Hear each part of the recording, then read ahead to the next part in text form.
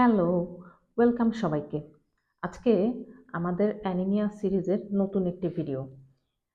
তাহলে আমরা already anaemia সিরিজের আগের ভিডিওগুলো দেখে থাকলে অলরেডি আমরা জানি যে অ্যানিমিয়া আরবিসির সাইজের উপর ভিত্তি করে ৩ ধরনের: মাইক্রোসাইটিক, নর্মোসাইটিক এবং ম্যাক্রোসাইটিক। মাইক্রোসাইটিক অ্যানিমিয়া হলো গিয়ে যখন মিন কর্পাসকুলার ভলিউম বা এমসিভি লেস দেন 76 ফেমটোলিটার। আচ্ছা, মাইক্রোসাইটিক অ্যানিমিয়া 4টা টাইপের: iron deficiency anaemia, anaemia of chronic disease, sideroblastic anaemia এবং লাস্ট টাইপ থ্যালাসেমিয়া। এই থ্যালাসেমিয়াটা আবার 2 ধরনের হয়: আলফা থ্যালাসেমিয়া, বিটা থ্যালাসেমিয়া। আমরা আগের ভিডিওতে আয়রন ডেফিসিয়েন্সি অ্যানিমিয়া জেনেছি, অ্যানিমিয়া অফ ক্রনিক ডিজিজ হয়ে গেছে, সিডারোব্লাস্টিক অ্যানিমিয়া হয়ে গেছে। আজকে আমাদের জানার টপিক হলো থ্যালাসেমিয়া। তার আগে আমরা হিমোগ্লোবিন মলিকুলের স্ট্রাকচার হলো হিমোগ্লোবিন, এটাকে আমরা ব্রেকডাউন করলে পাই হিম প্লাস গ্লোবিন। হিমকে ব্রেকডাউন করলে আমরা পাই প্রোটোপোরফাইরিন 9 এবং আয়রন। আর গ্লোবিনকে ব্রেকডাউন করলে, গ্লোবিন হচ্ছে একটা প্রোটিন, এটা এটা হচ্ছে যেহেতু এটা প্রোটিন, এটা অবশ্যই জেনেটিক এনকোডিংয়ের মাধ্যমে এটা প্রডিউস হয়। তো আমাদের থ্যালাসেমিয়াতে মেইন ইস্যুটা হচ্ছে এই গ্লোবিন চেইন নিয়ে। এখানে আমাদের হিম মলিকুল সব নর্মাল থাকবে, সব স্বাভাবিকভাবে তৈরি হবে, কিন্তু গ্লোবিন চেইন ঠিকভাবে তৈরি হতে পারবে না, গ্লোবিন চেইন থাকবে ডিফেক্টিভ। আচ্ছা, তাহলে আমাদের গ্লোবিন চেইন কয় ধরনের হতে পারে আমরা দেখি। গ্লোবিন চেইন হতে পারে alpha, beta, gamma, delta, epsilon. এই সব ধরনের গ্লোবিন চেইন হতে পারে: alpha, beta, gamma, delta, epsilon. Globin chain এতগুলো ধরনের হতে পারে। তার মধ্যে অ্যাডাল্টদের মধ্যে গ্লোবিন চেইন মেইনলি পাওয়া যায় আলফা, সবচেয়ে বেশি পাওয়া যায় আলফা, তারপরে আলফা এবং বিটা পাওয়া যায় এবং সামান্য পরিমাণে থাকে গামা। তাহলে আমাদের যে গ্লোবিন চেইনগুলো সেগুলো আলফা, বিটা, গামা। এখন এই গ্লোবিন চেইন আলফা আলফা চেইনটা এনকোডের জন্য যে ক্রোমোজোম সেটা হচ্ছে 16 নাম্বার ক্রোমোজোম, সেটা হচ্ছে 16 নাম্বার ক্রোমোজোম। তাহলে আবার বিটা চেইন এনকোডের যে ক্রোমোজোম সেটা হলো 11 নাম্বার ক্রোমোজোম।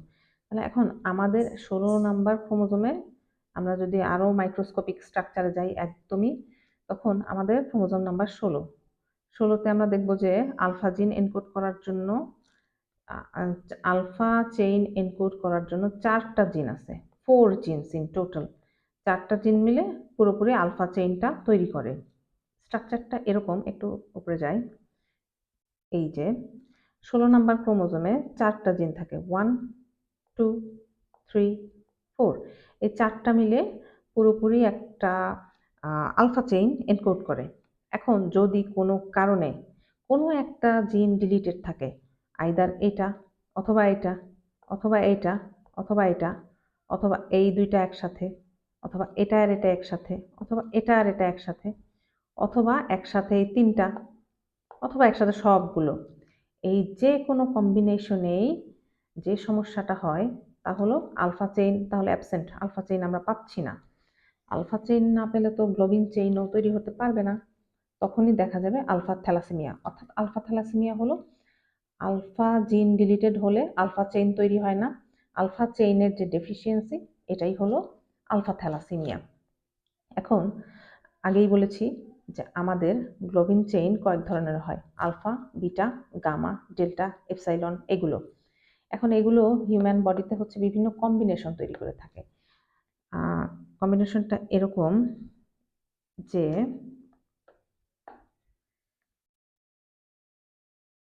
হিউম্যান বডিতে 2টা আলফা চেইন আর 2টা বিটা চেইন এগুলো মিলে তৈরি করে হচ্ছে হিমোগ্লোবিন এ। হিমোগ্লোবিন এ হিমোগ্লোবিন এ হলো গিয়ে আলফা 2 বিটা 2। হিমোগ্লোবিন A2 হলো আলফা 2 ডেল্টা 2। আর হিমোগ্লোবিন এফ হলো আলফা টু গামা টু। তাহলে হিউম্যান বডিতে এই হিমোগ্লোবিন এ অর্থাৎ আলফা টু বিটা টু এটা থাকতে পারে, HbA2 alpha two delta two থাকতে পারে, অথবা HbF alpha two gamma two, এই যে কোনো কম্বিনেশনই থাকতে পারে, কিন্তু পরিমাণে বেশি কম থাকে। এবং নর্মাল অ্যাডাল্ট পপুলেশনে হিমোগ্লোবিন A1 এর পার্সেন্টেজ হচ্ছে, নর্মাল পার্সেন্টেজ হচ্ছে 95 to 98%। হিমোগ্লোবিন এ মানে হচ্ছে আলফা টু বিটা টু, এটা 95 to 98%। হিমোগ্লোবিন A2 হলো যে alpha two delta two, hemoglobin F হলো আলফা টু গামা টু। তো নর্মাল হিউম্যান বিইংয়ে এ থাকে হচ্ছে 95 to 98%, হিমোগ্লোবিন A2 মাত্র 2.5%-এর মতো থাকে, অর্থাৎ 2.5%, এবং হিমোগ্লোবিন F থাকে লেস দ্যান 1%। অ্যাডাল্ট হিউম্যান বিইংয়ের ক্ষেত্রে এটা প্রযোজ্য।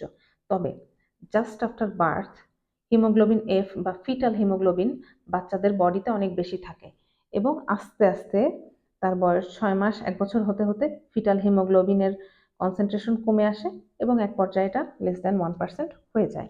তাহলে এখন আমাদের যদি হিমোগ্লোবিন এ আমরা প্রডিউস করতে চাই, এটাই তো বডিতে সবচেয়ে বেশি থাকে, তাহলে 2টা আলফা চেইন আর 2টা বিটা চেইন দরকার হবে। যদি আমাদের আলফা চেইন একটা ডিফেক্টিভ থাকে, তাহলে একটা জিন ডিফেক্টিভ থাকলেও বাকি 3টা জিন মিলে আলফা চেইন তৈরি করতে পারছে। সেই ক্ষেত্রে কিন্তু আমাদের যে অ্যাফেক্টেড ইন্ডিভিজুয়াল অর্থাৎ পেশেন্ট, তার শরীরে কোনো লক্ষণ পাওয়া যাবে না, অর্থাৎ সে একজন সাইলেন্ট ক্যারিয়ার স্টেটের পেশেন্ট হবে। এটাকে বলা হয় আলফা থ্যালাসেমিয়া মিনিমা। এখানে কোনো অ্যানিমিয়া থাকবে না, সে জাস্ট সাইলেন্ট ক্যারিয়ার হবে। এখন যদি 2টা জিন কোনোভাবে ডিলিটেড থাকে, এটাকে বলা হয় আলফা থ্যালাসেমিয়া মাইনর। খুব সামান্য পরিমাণ মাইক্রোসাইটিক হাইপোক্রমিক অ্যানিমিয়া হয়, হয়তো সে অসুস্থ বা কোনো অক্সিডেটিভ স্ট্রেসের মধ্যে দিয়ে যাচ্ছে, এরকম অবস্থায় হয়তো কিছুটা অ্যানিমিয়া দেখা যায়, কিন্তু নর্মাল হেলদি ইন্ডিভিজুয়াল অবস্থায় সম্পূর্ণই সুস্থ থাকে, তেমন কোনো লক্ষণ প্রকাশ করে না, সামান্য পরিমাণে মাইক্রোসাইটিক হাইপোক্রমিক অ্যানিমিয়া থাকতে পারে। আচ্ছা, এখন তৃতীয় পসিবিলিটি হলো যে এই আলফা চেইন 2টা একই জিনে, অর্থাৎ পাশাপাশি 2টা জিন ডিলিটেড না হয়ে কোনাকুনি ক্রস, মানে এখান থেকে একটা গেল, এখান থেকে একটা গেল, হয় এই 2টা, না হলে এইভাবে, না হলে এই 2টা। এই যে এক সাইডে যদি 2টা জিন ডিলিটেড হয় এটাকে বলা হয় সিস ডিলিশন, আর যদি 2 সাইডে 2টা ডিলিট হয় এটাকে বলা হয় ট্রান্স ডিলিশন। এশিয়ানদের মধ্যে সিস ডিলিশনটা বেশি দেখা যায়, ট্রান্স ডিলিশনটা বেশি দেখা যায় আফ্রিকান এবং আফ্রিকান আমেরিকানদের মধ্যে।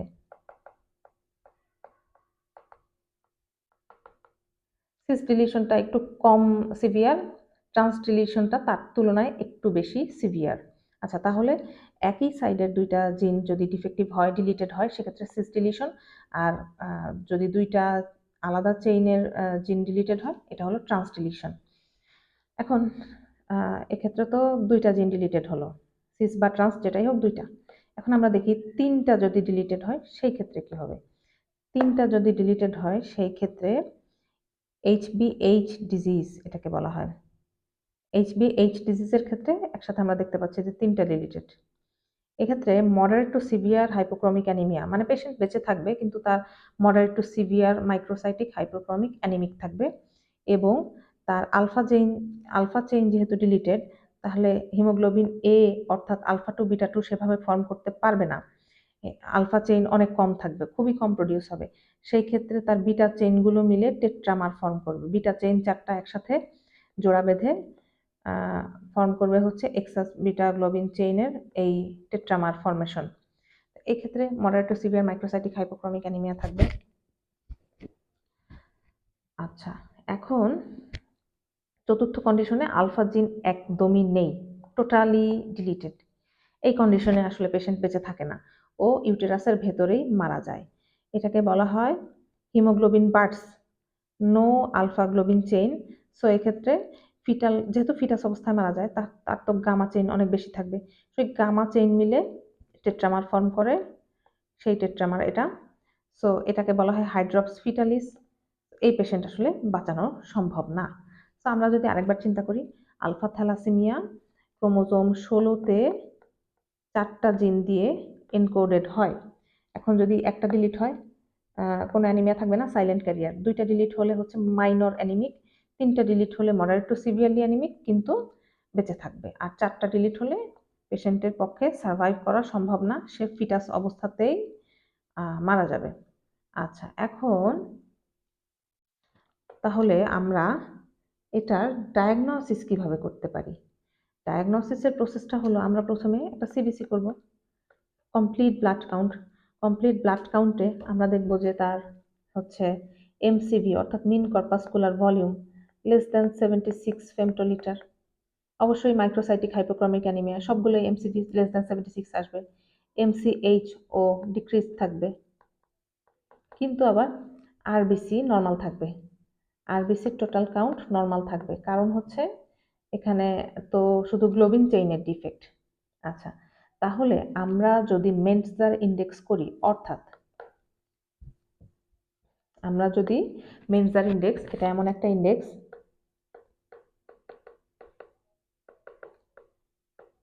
আমরা যদি এমসিভি কে আরবিসি দিয়ে ভাগ দেই, এই ভাগফলটা যদি 13-র বেশি আসে, মোর দেন 13 হলে আয়রন ডেফিসিয়েন্সি অ্যানিমিয়া লাইকলি, এবং লেস দেন 13 আসলে সেক্ষেত্রে থ্যালাসেমিয়া লাইকলি।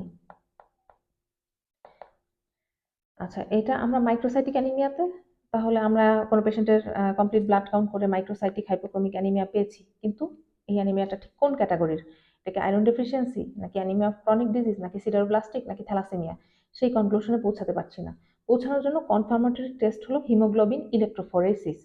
হিমোগ্লোবিন ইলেকট্রোফোরেসিস করা অনেক ক্ষেত্রে সম্ভবপর হয় না, সব ক্ষেত্রে সেই রিসোর্স থাকে না। সেক্ষেত্রে আমরা সিবিসিতেই আমরা ক্যালকুলেটরে মেন্টজার ইন্ডেক্স বের করতে পারি। সিবিসি রিপোর্ট থেকে এমসিভি কে আরবিসি দিয়ে ভাগ দিব, যদি ভাগফলটা 13-র বেশি আসে iron deficiency anaemia more likely, 13-র কম আসলে থ্যালাসেমিয়ার কথা অবশ্যই স্ট্রং কনসিডারেশনে রাখতে হবে। আচ্ছা, তাহলে আমরা এতক্ষণ বুঝলাম যে থ্যালাসেমিয়া, বিশেষ করে আলফা থ্যালাসেমিয়ার প্যাথোফিজিওলজি এবং পেশেন্টের প্রেজেন্টেশন। সো এই পেশেন্টের প্রেজেন্টেশন অবশ্যই ভ্যারিয়েবল, একদম নো অ্যানিমিয়া এবং সাইলেন্ট ক্যারিয়ার কোনো প্রেজেন্টেশনই নাই, সেখান থেকে শুরু করে একদম ডেডলি হয়ে যেতে পারে। তো এক্ষেত্রে আমরা প্রথমে একটা সিবিসি করব, সিবিসি করে মাইক্রোসাইটিক হাইপোক্রমিক অ্যানিমিয়া পেলাম। এরপরে হচ্ছে আমরা তাকে হচ্ছে যে যখন থ্যালাসেমিয়া সাসপেক্ট করব, সেই ক্ষেত্রে আমরা হিমোগ্লোবিন ইলেকট্রোফোরেসিস করতে দিব। হিমোগ্লোবিন ইলেকট্রোফোরেসিস করতে দিলে দেখেন কি আসে, আলফা থ্যালাসেমিয়ার ক্ষেত্রে একদম নর্মাল আসবে, কারণ এত সাইলেন্ট ক্যারিয়ার, কিছুই হবে না। সো যদি আলফা থ্যালাসেমিয়া মাইনরের ক্ষেত্রে এটাও হিমোগ্লোবিন ইলেকট্রোফোরেসিস নর্মাল আসবে। আচ্ছা, যদি এইচবিএইচ ডিজিজ হয়, সেক্ষেত্রে এর ক্ষেত্রে দেখা যাবে 5 to 30% এইচবিএইচ অ্যাডাল্ট পার্সনের আমাদের থাকা উচিত ছিল 98% এইচবিএ থাকা উচিত ছিল 98%, কিন্তু আমরা এক্ষেত্রে পাচ্ছি যে তার এইচবিএইচটা 5 to 30%, অর্থাৎ 4টা বিটা চেইন মিলে টেট্রামার তৈরি করে, এটাই হচ্ছে এইচবিএইচ, সেটা 5 to 30% পাচ্ছি। ক্রনিক হিমোলাইসিস হবে। আর ফিটাল হাইড্রপস, যেটা সবচেয়ে ডেডলি ফর্ম ছিল, সেটার ক্ষেত্রে হিমোগ্লোবিন বার্স পাবো, এইচবি পোর্টল্যান্ড এবং এইচবিএ টোটালি অ্যাবসেন্ট, এইচবিএফ, এইচবিএ2 এগুলো টোটালি অ্যাবসেন্ট পাবো। তাহলে এই হলো আমাদের থ্যালাসেমিয়া রিলেটেড যাবতীয় ডিসকাশন, আলফা থ্যালাসেমিয়া রিলেটেড সকল ডিসকাশন। আশা করি সবাই বুঝতে পেরেছেন। এবার দেখি বইয়ে কি আছে। বইয়ে আছে হচ্ছে এই তো অ্যানিমিয়া, গ্লোবিন চেইনের ডিফেক্ট মেইনলি। তো এইখানে এটাকে আলফা বিটা 2 ভাগে ভাগ করা হয়েছে, নর্মাল হিমোগ্লোবিনের টাইপ এগুলো পড়েছি। এখন আমরা আলফা থ্যালাসেমিয়া, এই যে ক্রোমোজোম 16তে একটা জিন ডিলিটেড হলে অ্যাসিম্পটোমেটিক থাকে, 2 জিন হলে মাইল্ড, এবং সিস ডিলিশন এশিয়ানদের, ট্রান্স ডিলিশন আফ্রিকানদের হয়, 3 জিন ডিলিটেড হলে সিভিয়ার অ্যানিমিয়া, 4টা জিন ডিলিটেড হলে লিথাল। আচ্ছা, তো এই গেল আমাদের থ্যালাসেমিয়া রিলেটেড ডিসকাশন। এবং থ্যালাসেমিয়াটা সাধারণত দেখা যায় হচ্ছে এটা ইন্টারেস্টিং একটা কি বলবো অ্যাসোসিয়েশন আছে এটা থ্যালাসেমিয়ার ক্ষেত্রে যে আলফা জিনটা ডিলিটেড হয়, এক্ষেত্রে দেখা যায় ফ্যালসিপেরাম ম্যালেরিয়া দিয়ে যে পেশেন্টদের ম্যালেরিয়া হওয়ার প্রবণতা, এটা আবার ম্যালেরিয়া এফেক্টেড হওয়ার প্রবণতা অনেক কমে যায়। আমরা জানি হচ্ছে যে ম্যালেরিয়া ডিজিজে এই ম্যালেরিয়াল প্যারাসাইটগুলো আরবিসিকে ডিস্ট্রয় করে। এখন তার যদি আরবিসির গ্লোবিন চেইনগুলোই ডিফেক্টিভ থাকে, তো ম্যালেরিয়ার প্যারাসাইটগুলো এটাকে ব্রেকডাউন করার ক্ষেত্রে সেভাবে আর লিথাল কোনো এফেক্ট রাখতে পারে না। সো এই মিউটেশন থাকলে এটা হচ্ছে ফ্যালসিপারাম ম্যালেরিয়ার এগেনস্টে একটা প্রোটেক্টিভ মেকানিজম। এটা হচ্ছে আফ্রিকান রিজিয়নে অনেক বেশি দেখা যায়, সেখানে ম্যালেরিয়ার প্রবণতাও বেশি এবং সেখানে এই ধরনের মিউটেশন থাকার প্রবণতাও বেশি। এটা একটা ন্যাচারাল প্রোটেক্টিভ মেকানিজম বলা যায়। তো এই ছিল আমাদের আলফা থ্যালাসেমিয়ার প্যাথোফিজিওলজি। এখন ট্রিটমেন্ট নিয়ে যদি ছোট্ট করে আলোচনা করি, তাহলে আলফা থ্যালাসেমিয়া মিনিমার ক্ষেত্রে কোনো ট্রিটমেন্টের প্রয়োজন নেই। জাস্ট এদেরকে স্ট্রেস অ্যাভয়েড করবে এবং অফস্প্রিং অর্থাৎ এরা যখন বিয়ের ক্ষেত্রে স্পাউস এর একবার হিমোগ্লোবিন ইলেকট্রোফোরেসিস করিয়ে তারও যেন থ্যালাসেমিয়ার বাহক না হয় সেই বিষয়টা খেয়াল রাখা দরকার। না হলে দুইজন যদি ক্যারিয়ার স্টেটে থাকে, তাদের অফস্প্রিং ডিজিজ আক্রান্ত হয়ে যেতে পারে। এজন্য এই পেশেন্টদের ক্ষেত্রে স্ট্রেস অ্যাভয়েড করবে এবং জেনেটিক কাউন্সেলিং, এই দুইটা জিনিস দরকার। আলফা থ্যালাসেমিয়া মাইনরের পেশেন্টরা করবে কি, তারাও স্ট্রেস অ্যাভয়েড করবে এবং তাদেরও এই ধরনের কাউন্সেলিং এর প্রয়োজন, জেনেটিক কাউন্সেলিং। যারা হচ্ছে এইচ ডিজিজ, এদের ক্ষেত্রে প্রোফাইল্যাক্টিক ফলিক অ্যাসিড দেওয়া যায়, স্প্লিনেক্টমি করে রাখা যায়, আর জেনেটিক কাউন্সেলিং এবং স্ট্রেস অ্যাভয়েড এগুলো তো আছেই। এই ছিল আমাদের আলফা থ্যালাসেমিয়া রিলেটেড আলোচনা। আশা করি সবাই বুঝতে পেরেছেন। পরবর্তী ভিডিওতে বিটা থ্যালাসেমিয়া সংক্রান্ত আলোচনা করা হবে। সবাইকে অসংখ্য ধন্যবাদ।